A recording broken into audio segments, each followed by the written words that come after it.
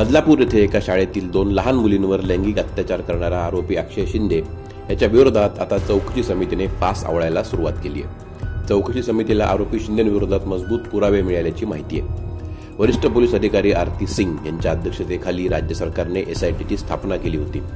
या चौकशी समितीला नेमके कोणते पुरावे मिळालेत आणि या पुराव्यांमुळे अक्षय शिंदे कायद्याच्या कचाट्यात कसा अडकत जाणार आहे जाणून घेऊ। पण त्यासाठी हा व्हिडिओ शेवटपर्यंत बघा आणि महत्त्वाचं म्हणजे महाराष्ट्रातल्या प्रत्येक घडामोडींचे अपडेट मिळवण्यासाठी लोकमतचं YouTube चॅनल सबस्क्राईब करायला विसरू नका। बऱ्याचदा असं होतं की एखादा गंभीर गुन्हा घडतो, आरोपी सापडतो, गुन्ह्याची कबुली देतो, कोर्टात केस पण उभी राहते, पण कायद्यातल्या त्रुटी शोधून त्याच्यावर नेमकं बोट ठेवून आरोपी सुटतो किंवा त्याला शिक्षा कमी होते। या सगळ्या गोष्टी बदलापूर सारख्या अत्यंत संवेदनशील घटनेमध्ये टाळण्यासाठी बदलापूर प्रकरणामध्ये पोलिसांनी अत्यंत सावध भूमिका घेत सखोल तपास सुरू केलाय। बदलापूरच्या ज्या शाळेत ही घटना घडली तिथले सीसीटीव्ही बंद असल्यामुळे पोलिसांनी आता परिसरातल्या सीसीटीव्ही फुटेज गोळा करायला सुरुवात केली आहे। त्यामुळे घटनेच्या दिवशी मी शाळेतच नव्हतो अशी भूमिका अक्षय शिंदे घेऊ शकणार नाहीये। शाळेतील सीसीटीव्ही फुटेज जरी उपलब्ध नसले तरी शाळेच्या मार्गातील वेगवेगळे फुटेज एसआयटीने गोळा केलेत। त्यातून आरोपी अक्षय शिंदे घटनेच्या दिवशी शाळेत येताना आणि घटनेनंतर शाळेतून जाताना रेकॉर्ड झाल्याचे सूत्रांनी सांगितले। याशिवाय अक्षयची पार्श्वभूमी देखील एसआयटीने तपासल्याचे समजते। अक्षयने 3 लग्न केली होती। अक्षयची पहिली बायको त्याला 3 दिवसात सोडून गेली, दुसरी बायको त्याला 4 दिवसात सोडून गेली।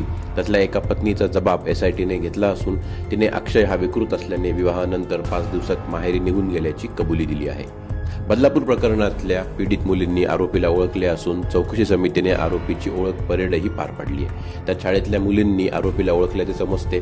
आरोपी अक्षय ज्या दिवशी शाळेत आला त्याच्या वेळा आणि त्याच्या शाळेतून जातानाच्या वेळा देखील फुटेजमधनं एसआयटीला मिळाल्या आहेत। ज्या मुलींवर अत्याचार झाला त्या मुलीही त्या दिवशी शाळेत किती वाजता आल्या आणि किती वाजता गेल्या हेही एसआयटीने शोधले आहे।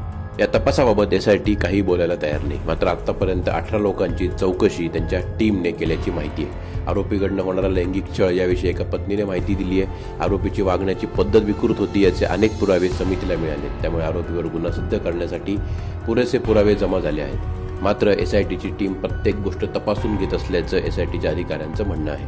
त्यामुळे आता कोर्टात केस किती लवकर उभी राहणार आणि आरोपी अक्षय शिंदेला किती लवकर शिक्षा होणार याकडे सर्वांचं लक्ष लागले।